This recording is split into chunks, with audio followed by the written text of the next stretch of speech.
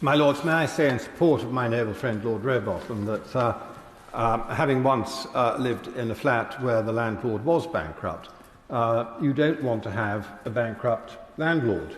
It is not good for leaseholders if the landlord can't actually exercise their functions, well or badly.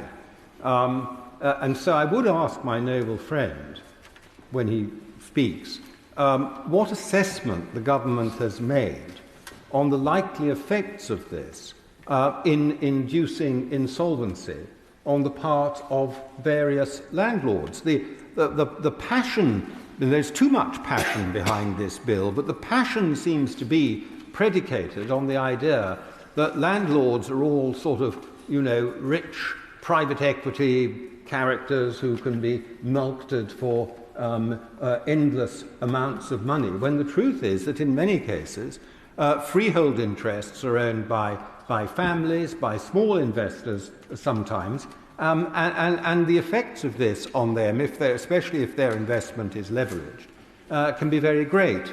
But turning to the remarks made by my noble friend Lord Howard of Rising and to the specific amendments, we are in danger, I acknowledge, of straying into the next group, which is specifically about marriage value, and I shall save my remarks on that for that group. But I would like to say that on the general principle is that the government has presented this bill in a way that seems to me to confuse the concept of leaseholders and tenants. So they have presented this as something that will be good for homeowners.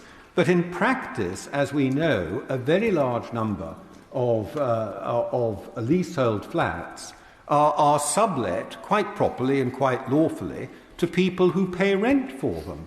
The benefit will not go to the home occupier. The benefit will go to the person who holds the lease. The next fallacy that the government, which seems to have difficulty for a Conservative government in understanding markets, is that this benefit will somehow trickle down to future leaseholders. That is also not true. What is happening is a transfer of wealth from one group of persons to another. That second group, having been enriched by this movement, will then, of course, seek to achieve and will achieve higher prices when they sell later on.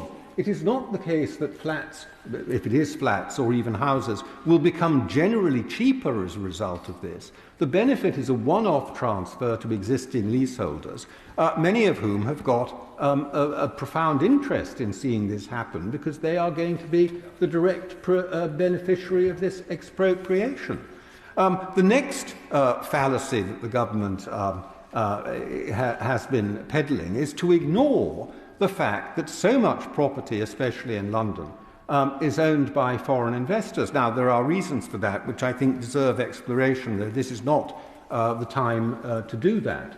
But they are, as a matter of fact, I think everyone will acknowledge, owned by foreign investors.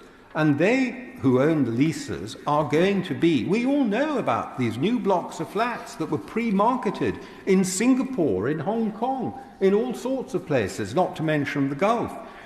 Those who still hold those leases will be the direct beneficiary of this, not the persons to whom they let their flats. But the government seems to have made no assessment of what the effect of this is going to be. So I am, to some extent, reinforcing the points made by my noble friend Lord Howard of Rising. But I ask seriously of my noble friend on the front bench, where is the assessment that has been done of this? Is it credible? And will he give an account of it? I'll now make a final point. The final point is that the biggest beneficiaries of this transfer are going to be people who have short leases and who have expensive properties. London, I mentioned it in committee, that in Kensington there are many people salivating at the prospect of this bill being passed. This is not about poor people living in remoter parts of the country.